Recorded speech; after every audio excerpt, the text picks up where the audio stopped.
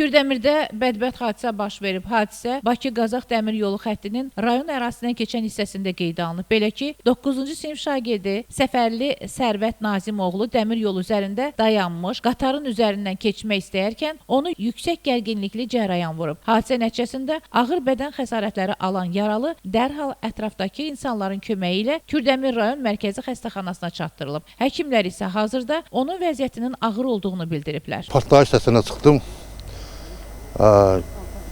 Böyle baxdım, dedim, yan transformator partlayır. Baxdım, gördüm uşaqların səsi gəlir. Yaxınlaşdım bura, dəmir yolunun özündən keçdim, bu yüzden yaxınlaşdım. Gördüm uşağın biri yerdə və salıb içi.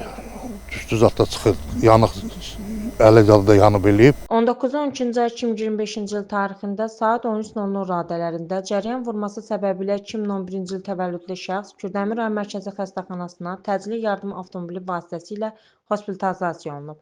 Ona elektrik cərəyanının təsiri, bədənin 65%-dən çox hissəsinin termiki yanığı, yanıq şoku diaqnozu təyin olunub.